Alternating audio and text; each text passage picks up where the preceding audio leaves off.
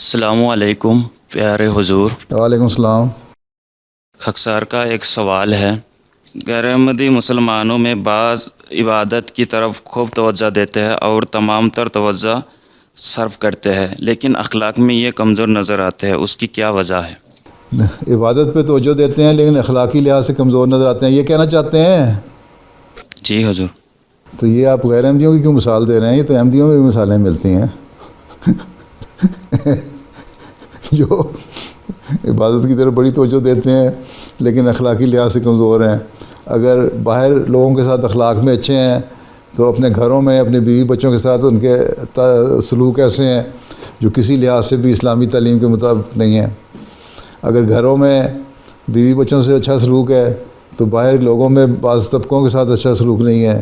اگر غریب آدمی کے ساتھ امیر آدمی کے ساتھ اچھا سلوک ہے تو غریب کے ساتھ وہ اخلاق نہیں ہے۔ تو یہ تو آپ یوں ہی بیچارے غیر احمدیوں کیوں بدنام کرتے ہیں؟ ان میں بھی ہوں گے، لیکن عبادت، اصل بات یہ ہے کہ عبادت کے ساتھ اللہ تعالیٰ نے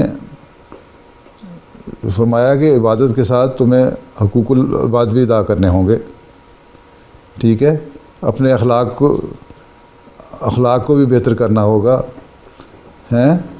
عمل صالح ہوتا ہی اس وقت ہے جب عبادت کے ساتھ باقی اخلاق بھی ساتھ ہوں۔ اگر چاہے وہ غیر احمدی ہے یا احمدی ہے، اگر وہ بظاہر عبادت کر رہا ہے، اگر ایک صحیح عابد جو ہے وہ تو وہی کہلا سکتا ہے جو پھر اللہ تعالیٰ کی عبادت کرتا ہے اور اس کا خوف کرتا ہے، ٹھیک ہے؟ اور جب اس کا خوف ہوتا ہے اللہ تعالیٰ کا عبادت کرتے ہوئے تو یہ ہو نہیں سکتا کہ اللہ تعالیٰ نے جو احکامات دیے ہیں ان کو نہ مانا جائے، ٹھیک ہے؟ کل ہی میں نے خطبے میں کافی ساری اس بارے میں ایکسپلین کیا ہے، اس کو آپ دوبارہ ایک دفعہ غور سے سنیں، غور سے پڑھیں تو بہت سارے اقتباسات حضرت مسیح علیہ السلام کے اس بارے میں وضاحت کرتے ہیں کہ ہم جب عبادت کرتے ہیں تو عبادت کا اثر ہمارے دوسرے حالات پہ بھی ہونا چاہیے۔ اگر ہمارے اخلاق بہتر نہیں ہوتے ہماری عبادتوں سے تو ہماری عبادتیں کچھ نہیں ہیں۔ تو اللہ تعالیٰ نے جو فرمایا ہے کہ ویل للمصلین، ان کی نمازیں جو ہیں ان کے منہ پہ ماری جائیں گی، ہیں؟ تو وہ کس لیے ہے؟ اس لیے کہ ان کے دوسرے اخلاق اچھے نہیں ہیں، ان کے حقوق العباد صحیح طرح ادا نہیں ہو رہے، تو چاہے وہ غیر احمدی ہے یا احمدی ہے، اللہ تعالیٰ نے تو صاف فرما دیا کہ ان کی نمازیں قابل قبول نہیں ہیں۔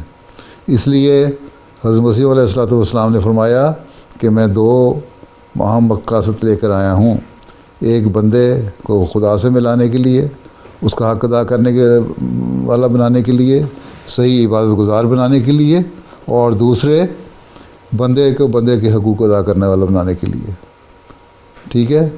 ہر لیول پر، ہر سطح پر، چاہے وہ گھریلو ہو، بیوی بچوں کا ساتھ معاملہ یا سلوک کا معاملہ ہو، یا اپنے دوستوں کے ساتھ سلوک کا معاملہ ہو، یا اپنے معاشرے میں رہن سہن کا معاملہ ہو، ہر جگہ جب تک آپ اپنے اچھے اخلاق نہیں دکھائیں گے آپ کی نمازیں قابل قبول نہیں ہوں گی، ٹھیک ہے؟ اور صرف اخلاق اچھے دکھا دینا روحانی اور پھر عبادت نہ کرنا، اللہ تعالیٰ کا حق نہ ادا کرنا، اس میں روحانیت میں کمزوری آ جائے گی۔ اس لیے ایک حقیقی مومن کو لیے ضروری ہے کہ اس کا اللہ تعالیٰ سے بھی تعلق پیدا ہو، اس کا روحانی معیار بھی بہتر ہو، اس کی عبادتوں کے معیار بھی بہتر ہوں، اور حقوق العباد کی ادائیگی کی طرف بھی اس کی توجہ ہو، تاکہ وہ اللہ تعالیٰ کا دوہرا پیار حاصل کر سکے اور ریوارڈ حاصل کر سکے، جزا حاصل کر سکے، ٹھیک ہے؟ یہی سوال تھا آپ کا؟ جواب مل گیا کہ نہیں؟ آپ کو اردو آتی ہے سمجھ؟ لکھ کے بڑی مشکل سے لکھ کے بھی پڑھا ہے آپ نے سوال، ہیں؟ چلو بیٹھ جاؤ پھر ایک سوال اور کر لیں بس، پرنسپل صاحب کے سوال سے ایک سوال اور ہے۔